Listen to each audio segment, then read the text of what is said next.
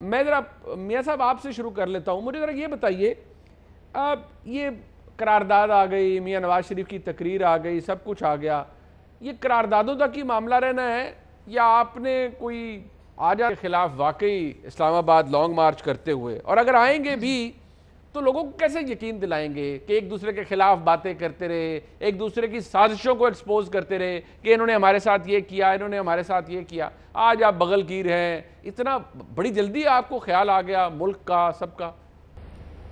देखिए मुनीब, पहले तो मैं आपकी खिदमत में ये अर्ज़ करूँगा कि जो आपने क्लिप वज़रा का सुनवाया है ना जी, वो कहते हैं कि इन्होंने अदारों पर हमला किया है और इंडिया बहुत खुश है। जी जी, मैं आपसे मुनीब ये पूछता हूँ कि क्या जब इनके प्राइम मिनिस्टर जो हैं वो अपोजिशन के वक्त अदारों के में बैठे लोगों का नाम लेकर उन पर तनकीद करते थे और आला अदलिया समेत, तो क्या इंडिया को नाराज़ करते थे? और आज जो ये बात कर रहे हैं, क्या उस वक्त जो ये बात करते थे, मैं इनकी बात मान लूं कि धांधली हुई थी, अगर धांधली हुई थी तो इन्होंने अदारों के लोग में बैठे लोगों का नाम लिया, और आज अगर धांधली हुई है तो मैं नाम लेता हूं, मैं तो नाम नहीं ले रहा, मैं तो कह रहा हूं मुदाखलत नहीं होनी चाहिए, तो क्या मैं इंडिया को राजी कर रहा हूं? खुदा का खौफ करें। मुझे ये बताएं कि आज भी आज के प्राइम मिनिस्टर ये नहीं कहते कि फौज मेरे पीछे है, फौज मेरे साथ है। तो गलत क्या? फौज कौमी इदारा है, की फौज है। मैंने नहीं, अब आप भी कहते थे एक पेज पर, मेरी ये एक भी पेज आपकी की भी बात तो सर सबकी आपके है। वक्त भी होती अब थी यार मेरी नहीं, एक पेज का ना और बात है, ये कहते हैं मेरे साथ है। अच्छा, अब दूसरी बात, मैं जो आप सवाल करते हो मैं उस पर आ जाता हूँ। हाँ। मैं ये आपको से पूछना चाहता हूँ कि 2 सालों के अंदर मुझे कोई एक चीज बता दें जिस पर पीटीआई के लोग फख्र कर सकें कि ये हमने कौम के लिए बेहतर किया है, रियासत के लिए बेहतर किया है, तो मैं आपको की बात मान लेता हूं कि लोग बाहर नहीं आएंगे। मियां साहब, सबसे बड़ी बात ही वो ये कहते हैं कि हल्का इस हुकूमत का किसी भी इदारे के साथ कोई क्लैश नहीं है। आज असद उमर साहब ने कहा एक पेज पर हैं, मुशावरत से चल रहे हैं, बड़े खुश उसलूबी से मामला तय हो रहे हैं, अब खींचातानी कोई नहीं है। इससे बड़ी कामयाबी क्या होगी हुकूमत की? अच्छा, फिर मुझे ये बताएं कि इसका मतलब ये हुआ कि माजी में खींचातानी थी? फिर इसका मतलब ये हुआ कि माजी में जो हुकूमतें बनती या गिराई जाती रही हैं उसके पीछे कोई था? अगर मैं आपकी बात मान लूं, नहीं, मैंने और ये नहीं आज कहा, भी तो अगर मैं आपकी बात मान आप लूं, लोगों ने ये कहा ना, देखिए खींचातानी की बात तो मियां साहब ने इख्तिदार में जाने के बाद की, गिलानी साहब ने इख्तिदार जाते जाते कही। आपके लिए मुनीब मैं आसान कर देता हूं। मैं आपसे ये पूछता हूं कि आज के जो इनके वजीर दाखिला हैं वो फरमाते हैं कि अगर नवाज शरीफ 2-3 लोगों की बात मान लेते तो नवाज शरीफ चौथी दफा वजीर आजम होते। ये मैं नहीं कह रहा, इनके मौजूदा जो वजीर दाखिला हैं वो कह रहे हैं। तो क्या फिर वो गलत कह रहे हैं? इनके स्पीकर पंजाब असेंबली क्या कहते हैं? आज के पंजाब असेंबली के स्पीकर हैं। इसके बावजूद भी मैं ये कहता हूं, जो आप ये कहते हैं ना कि कौम आप पे एतबार कर लेगी, मुनीब मुझे ये बताओ कि हमने जो कल गुफ्तगू नवाज शरीफ ने की है उसमें गलत बात है कौन सी? नहीं, गलत बात बिल्कुल कोई नहीं। और नंबर 2 ये है कि लेकिन सर बात ये ना, आप कहते हैं हम ये नहीं करेंगे, हम वो नहीं करेंगे, लोगों ने आपको ये सब करते देखा। मियां साहब कहते हैं एक इंतखाब भी अच्छा नहीं हुआ, उसे 3 दफा तो वजीर आजम ने, इसका मतलब 1990, 2013 में इंतखाबात में आप बेनिफिशियरी थे। मुनीब साहब, मैं आपका वक्त बचा रहा हूं। आपने जो सवाल करना है इसके बाद भी मैं उसका भी जवाब दे देता हूं। मैं आपको ये कह रहा हूं कि अगर मैं इस्तेमाल होता रहा हूं, मैं बेनिफिशली रहा हूं, तो मुनीब साहब मुझे ये बताएं, या आज कोई बेनिफिशली है तो मुझे ये तो कहने की इजाजत दे ना कि अगर दूसरा फ्रीक कोई भी था जो मुझे बेनिफिट दे रहा था, क्या वो कसूरवार नहीं है? अच्छा। आप एक को तो कसूरवार पॉलिटिशियन को तो कह रहे हो, ठीक है जी, मगर क्या यह कहना मुनासिब नहीं है कि जो बेनिफिट देता है गलत बंदे को, मेरिट पे नहीं पूरा उतरता, इंसाफ नहीं देता, और जो नहीं इंसाफ करता, क्या वो ठीक है? ठीक है। अच्छा सर, एक मिनट, क्या ये मुनासिब है? ठीक है, मैं आपका ये वो चीज है जिसके लिए लोग बाहर निकलेंगे।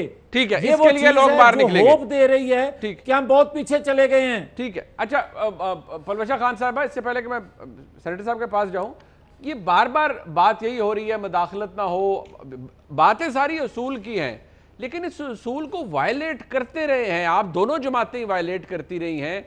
प्राइम मिनिस्टर जब गिलानी साहब गए, मियां नवाज शरीफ साहब का क्या रोल था, वो मेमो गेट था उसमें इनका क्या रोल था। देखिए बैगेज है ना दोनों पॉलिटिकल पार्टीज का। इधर गवर्नर रूल पंजाब में लग गया, उसमें क्या रोल था, बलूचिस्तान हुकूमत गई उसमें क्या रोल था, सेनेट का चेयरमैन बन गया उसमें क्या रोल था। ये बैगेज है ना आप लोगों का, जान कैसे छुड़ाएंगे इससे? मुनीब, आप मतलब क्या सजेस्ट करते हैं कि हम लोग बक्से बांध के घर चले जाएं? और ये आपका अपना फैसला होगा, मैं तो कुछ नहीं कह साहब जो है वो सूनी गलियों में फिरें। अच्छा। ऐसा नहीं हो सकता। जो भी बैगेज था, जो भी हिस्टोरिक फैक्ट है, उसको ना मैं डिनाई कर सकती हूँ, ना यहाँ बैठे हम ये मियाँ साहब डिनाई कर सकते हैं। ठीक है, हम लोग नहीं डिनाई कर सकते। 1990 के जो भी 90 की दिहाई के मामलात हुए उसको बाकायदा लिखा गया जी, और उस पर दस्तखत किए उस वक्त मोहतरमा बेनज़ीर भुट्टो साहिबा ने भी, मियाँ साहब ने भी, इतराफ़ात किए गए, माफिया मांगी गई। दिस इज, ये हमारे मुल्क की एक हिस्ट्री है। अब हम हिस्ट्री में से चीजें अब कन्वीनियंटली माइनस नहीं कर सकते। फिर आपको हमारे इस्लाम, हमारे मजहब की क्या हिस्ट्री है? 2006 में आपने मुआहदा किया, फिर उसकी खिलाफ वर्जियां दोनों ने की। मिसाक किया कि नहीं किया? किया, उसकी खिलाफ वर्जियां की।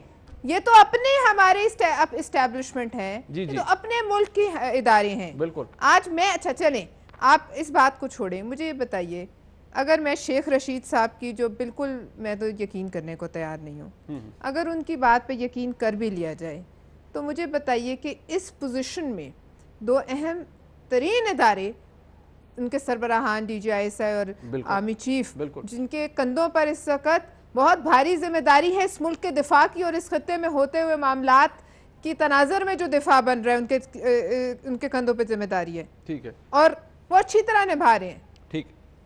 और हमें उन पर यहाँ बैठे हुए पूरा एतमाद है, DGISI पे भी और आर्मी चीफ पे भी। बेशक। मुझे ये बताइए कि इस मामले तक लाकर, अगर मैं शेख रशीद की बात को डिनाई करूं, क्योंकि अभी तक कोई डिनाइल उसका रिबटल नहीं आया, अगर मैं उसकी बात को एक्सेप्ट करूं, तो मुझे बताइए उनको यहाँ तक आने वाले, जिनके कंधों पर इस मुल्क के 21-22 करोड़ हम जितने भी हैं, हमारी दिफा की, सरहदों की भारी जिम्मेदारी है, उनके कंधे पे ये भी बैठ गए आके। यानी अपनी हर जो इनका ऐसा काम है, जो इनकी नाअहली है, जिस पे पर्दा डालना चाहते हैं, उसकी वो हमारे साथ हैं, वो हमारे भाई, वो आपके साथ कॉन्स्टिट्यूशन में है, वो हर हुकूमत के साथ हैं in aid of civil power. मुझे बताइए, उसके अलावा जब आप कहें कि वो हमारे साथ हैं, हम करेंगे एहतसाब। अच्छा, फवाद चौधरी साहब का जुडिशरी मेरे साथ है, कोई दूसरा उठ के कहता है मैं नैब गया, मैं ये दस्तावेज पढ़ा है। खान साहब, क्या जरूरत है आपको ये बात कहने की? आप अवामी वोट से आए हैं ना। आप कह रहे हैं, आज असद उमर साहब क्या कह रहे थे कि किस मुंह से इस्तीफा मांग रहे हैं, जिससे आप मांग रहे थे मियां साहब से, उसी मुंह से मांग रहे हैं। तो अगर आप अवाम की ताकत से आए तो हौसला रखें ना, जो भी आपने इंतकाम करना है मैं कर रहा हूं। आप क्यों फौज के कंधे पे रख के बंदूक चलाते रहते हैं हर वक्त? और अच्छा, ये मतलब फौज का तो मौक़िफ़ आ गया ना, हमारी रिक्वेस्ट है। अच्छा, एक मिनट मुनीब, ये हमारी इंपॉर्टेंट बात है, रिक्वेस्ट है जी कि जो हमारे मुक़्तदिर इदारे हैं वो इनको प्लीज मैसेज कन्वे करें, और ये एक शटअप कॉल जाना बहुत जरूरी है कि अब इसके बाद अपनी नाहली का बोझ भी उठाएं। जैसे वोटों का वो ले रहे हैं ना क्रेडिट कि हमें मिले हैं, तो इस तरह जो कर रहे हैं उसका बोझ भी खुद उठाएं। वो उसके लिए दूसरों को चाहिए कि अपने कहे, ये जो भारी जिम्मेदारी है इस उनके ऊपर, ये इनका बोझ जो है ना, ये जो खुद बैठ रहे हैं उनके कंधों पर। अच्छा, ये ठीक है, आप बोझ खुद उठाएं। ठीक है, मेन बात आपको ये ना, एतराज इस पे है कि क्यों फैसल जावेद साहब, आपकी हुकूमत, आप बशमूल, ये क्यों बार बार कहते हैं कि इदारे हमारे साथ हैं, फौज हमारे साथ है। फवाद साहब का शायद कोट किया जा रहा है, वल्लाह उन्होंने कब कहा कि जुडिशरी हमारे साथ है। ये बातें क्यों कहते हैं? इन मतलब ऑपोजिशन को इससे उसको लगता है कि बेजा आप खुद ड्रैग करते हैं कौमी इदारों को सियासी मामला में। जी बहुत बहुत शुक्रिया मुनीब भाई। पहले तो मैं बाकी पार्टिसिपेंट्स को कहूँगा रिलैक्स, आराम से, हाँ चिल करें। कल आप APC किया है और बहुत मज़े का APC किया है, बहुत ज़्यादा अच्छा था, उसको हमने बहुत एंजॉय किया है। Thank you. तो अभी yes, congratulations for your APC। I think उसके कुछ पार्टिसिपेंट्स ने कहा कि फूड वाज गुड, खाना अच्छा था और अच्छी बातें सुनने को मिली है हमें।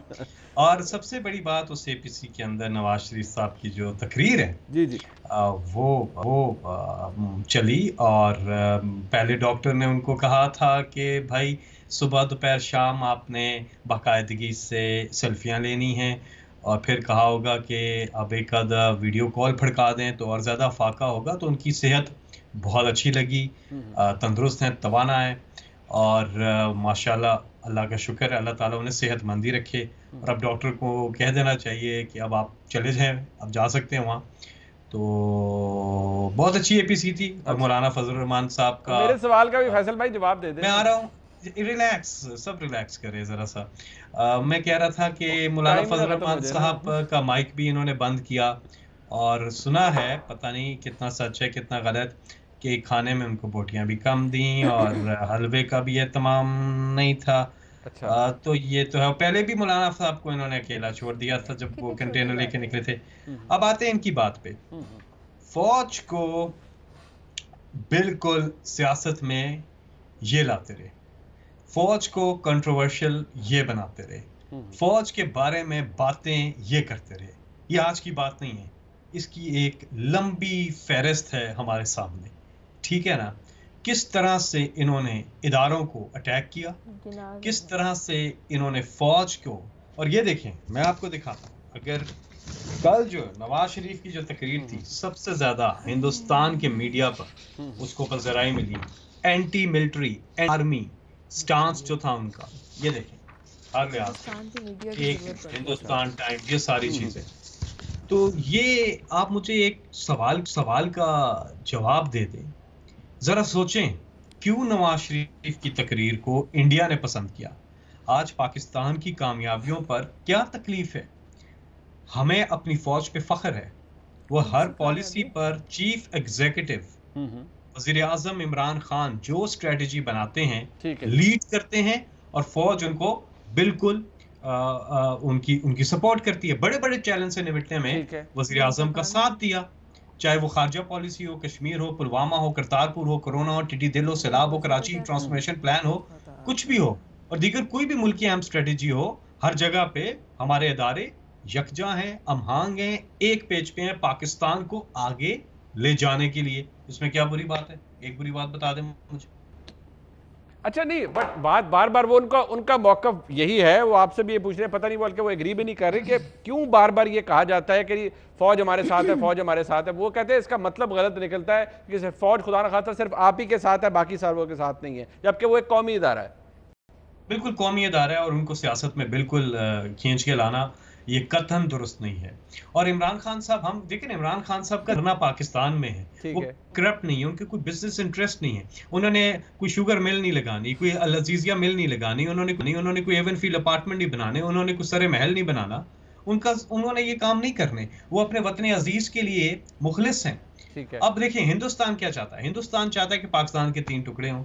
हमारी अफवाज है जो पाकिस्तान के दिफा की जामिन है, जो हमारे इदारों के खिलाफ, और इसके पीछे जो पूरी एक कैंपेन चल रही है, ये हर सूरत इंशाल्लाह नाकाम होगी, और इन सबको उसमें हिस्सा डालना चाहिए उसको नाकाम करने में। ठीक बात है, ये गलत बात, ठीक बात है। अच्छा अब आए दूसरा, इनका बयानिया जो है धांधली का, ये अजीब सा एक शोर करते हैं, धांधली का शोर करते हैं। भाई एक आप फोरम बताएं जो आपने आजमाया हो, इलेक्शन ट्रिब्यूनल, पार्लियामेंट, कोई अदालतें, कहाँ पे आप गए? आप तो अपने हलकों में जहाँ हुआ है वहां पे भी आप अपील पे नहीं गए, ना आपने कोई आइडेंटिफाई किए हलके।